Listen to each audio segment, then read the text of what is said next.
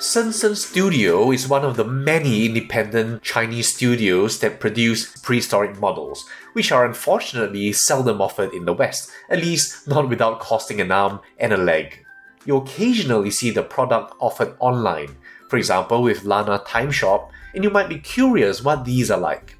I've previously shared my first Sensen product, this Stegouros diorama, and this time we'll look at yet another diorama, this lovely little pair of Eryopses.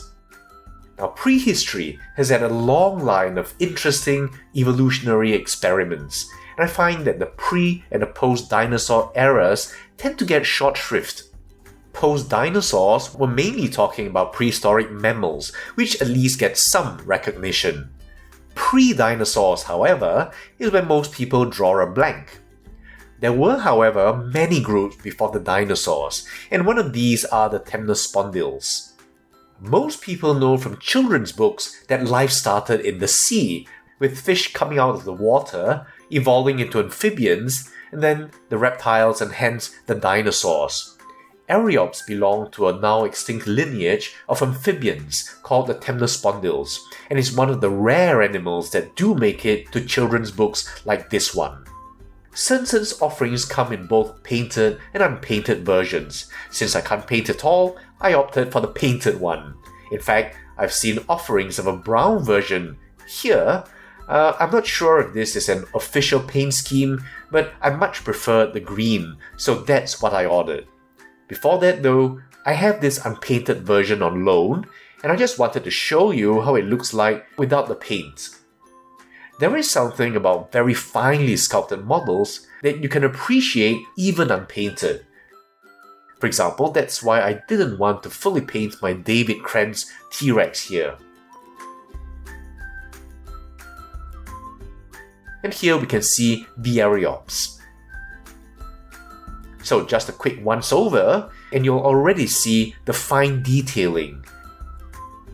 The scales here,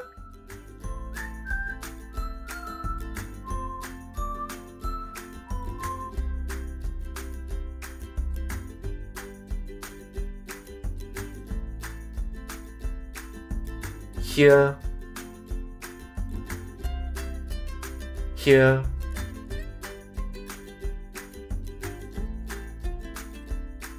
the texturing of the bark here,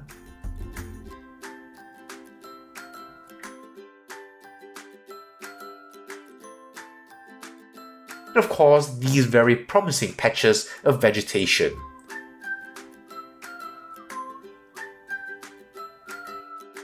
It really just looked like a really nice statue. Alright, here we have the completed version. Eryops averaged about 2 meters or 6.6 feet, but could attain about 3 meters or about 10 feet. Now this model measures 10 centimeters or 4 inches, and as such, the scale using the 2 meters is 1 to 20, which is the exact scale I prefer for my non-dinosaurs. The name Eryops means drawn out face, because most of the skull was before the eyes, and you see that here.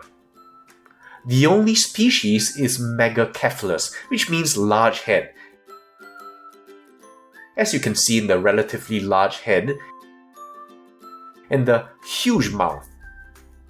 There's no opportunity to showcase its many teeth because in both, the mouths are respectably closed, as it would usually be the case, though I do wish one had it slightly open to show the animal's many teeth.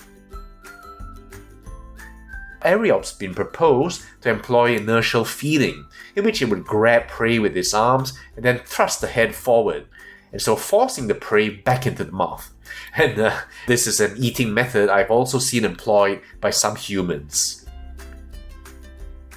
The color scheme is very amphibian-like, green with these dark speckles.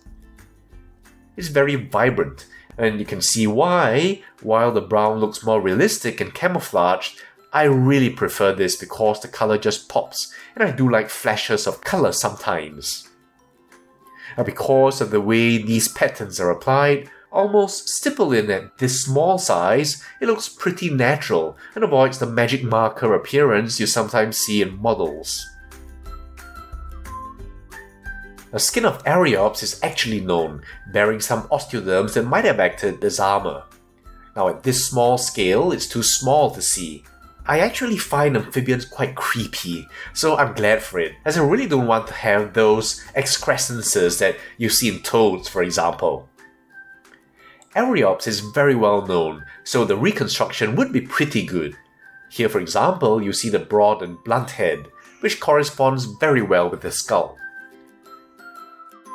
Unusually for an amphibian, Eryops seems to be fully suited to terrestrial life, just like with the reptiles, with the dorsally placed eyes and nostrils being the only clue to aquatic adaptation. Going into the body, you see the other adaptations for a terrestrial lifestyle. For example, the general robustness of this animal. Indeed, Eryops was the largest known temnospondyl with the heaviest skeletal structure. Other features are these robust limbs,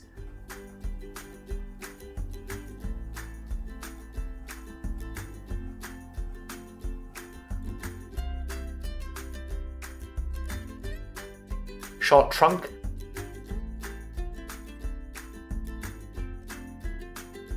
and tail. The rest of the body is expectedly squat. In general, these characteristics are admirably demonstrated from the top. The mainest of temnospondyls have always been a fascinating topic. For example, the idea of polydactyly, such as in the Acanthostega having 8 fingers, and Tuloperton having 6, being more characteristic of basal forms, while more modern ones gradually reduced to the more usual 4 digits on the hand and 5 in the feet. Well, this has been challenged in more recent years. Eryops was initially thought to have 5 fingers, then later 4, with the 5th being a prepollex. Eventually, even the prepollex has been challenged, suggesting only 4 digits. You will see that this model in fact has 5. The hind limbs also sport 5 digits, which is less controversial. And now the base. Now last time when I reviewed the Stegouros diorama, I commended the detail and paint application of that base. This time I'm happy to report that once again that quality is there. I can't emphasize enough how much having a base as well painted as the animal elevates the whole piece. You see a very dark coloured mud with a wet look here, are very appropriate for Eryops. Then here, the near ring of leaves, similar to what we saw with the Stegouros, with nice striated detail and colour replication.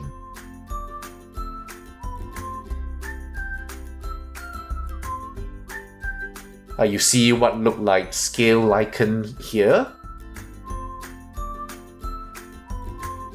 and also a curled fern.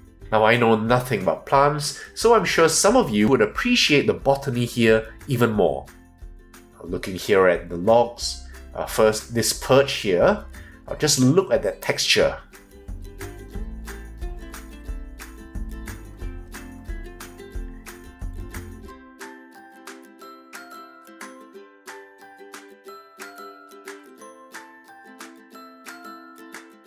Then this other branch.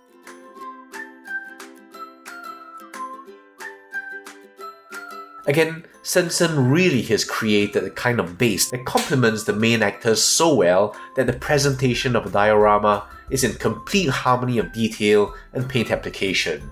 Now here's a bonus that I really like. In addition to this base, you also have this round dais that you can set this on. Then you literally cap it all off with this transparent glass jar. And there's something about keeping insects and other creatures in a terrarium that's always appealed to me, as you might have guessed from my mimetic mantids review. And here we have that effect exactly. I saw a release image of this and I thought it was just a custom, so I'm delighted it comes with the model, lending much visual interest to an already good offering. I do believe this is the only prehistoric amphibian I have, unless you count this Kyoto Acanthostega.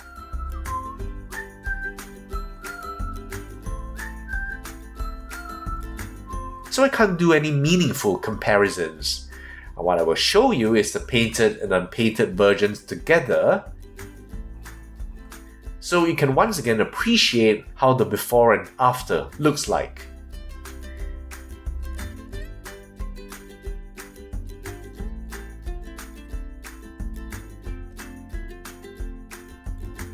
So that's it for the Sensen Eryops.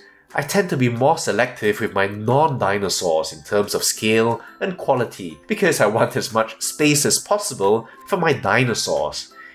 It is always nice to have a representative of a significant phase in prehistory, so I'm really happy that for my first real model of a prehistoric amphibian, this is such a quality specimen. Now with work like this, it's a mini dream of mine to have a similar diorama from Sensen, but for dinosaurs. We'll just have to see. In the meanwhile, I'll see you soon with another review.